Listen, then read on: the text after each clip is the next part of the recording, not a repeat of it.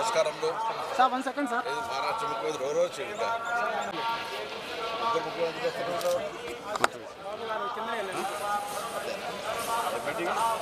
Temples expo international temples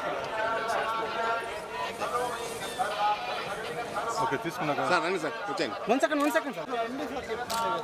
sir 1 second. వాళ్ళు ఇచ్చిన ఆఫీస్లో ఉంటారంటే బీఆర్ ఆఫీస్ టైం సార్ వచ్చాను సార్. రాలా వాయిస్ ఇస్తారా రామండి రండి అటు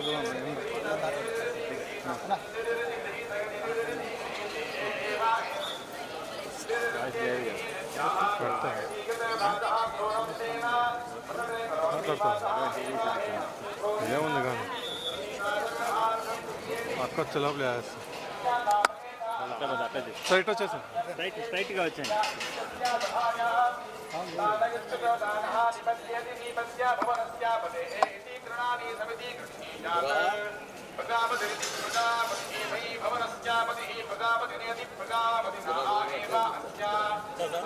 రాజు గారిని కూడా వారిని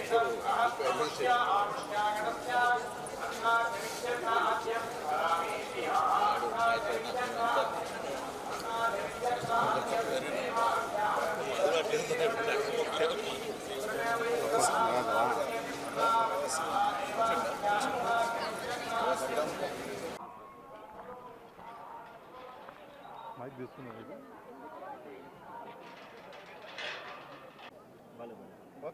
ఓకే. తెలంగాణ రాష్ట్ర ప్రభుత్వం దేశంలో రోల్ మోడల్గా మార్గదర్శకత్వంగా ఉండే విధంగా కుల సర్వే నిర్వహించింది.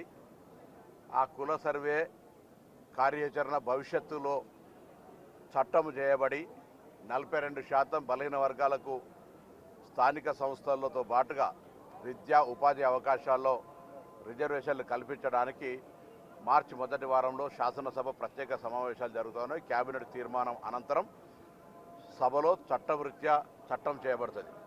తదనంతరం ప్రధానమంత్రి గారు, కేబినెట్, మిగతా దేశంలో ఉన్న అన్ని రాజకీయ పార్టీలు ఈ చట్టానికి సహకరించి తమిళనాడు మాదిరిగా 69% జనాభాకు అనుగుణంగా, ఎందుకంటే మేము సాంకేతికంగా లెక్కలు తీసినాం కాబట్టి దాని ఆధారితంగా రిజర్వేషన్లను పెంచమని అడుగుతూ ఉన్నాం.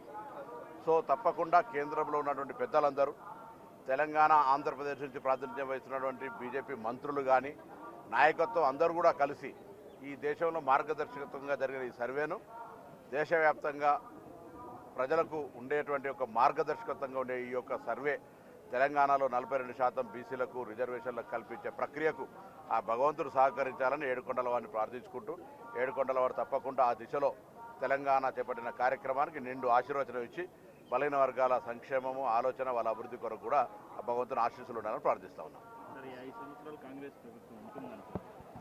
ఎక్కడ అసలు దానికి ఎందుకు అనుమానం అవసరం లేదు. ఏడుకొండల వాడి దయతోటి ప్రజల ఆలోచనకు అనుగుణంగా ప్రజాపాలన ప్రభుత్వం వచ్చింది. 5 సంవత్సరాలు కాదు, 10 సంవత్సరాల పాటు ప్రభుత్వం కాంగ్రెస్ ప్రజలకు తెలంగాణ అభివృద్ధి దిశలో తీసుకుపోయే విధంగా రైజింగ్ తెలంగాణ దేశంలోనే అగ్రభాగాన నిలబడే విధంగా మా కాంగ్రెస్ ప్రభుత్వం కొనసాగుతుంది.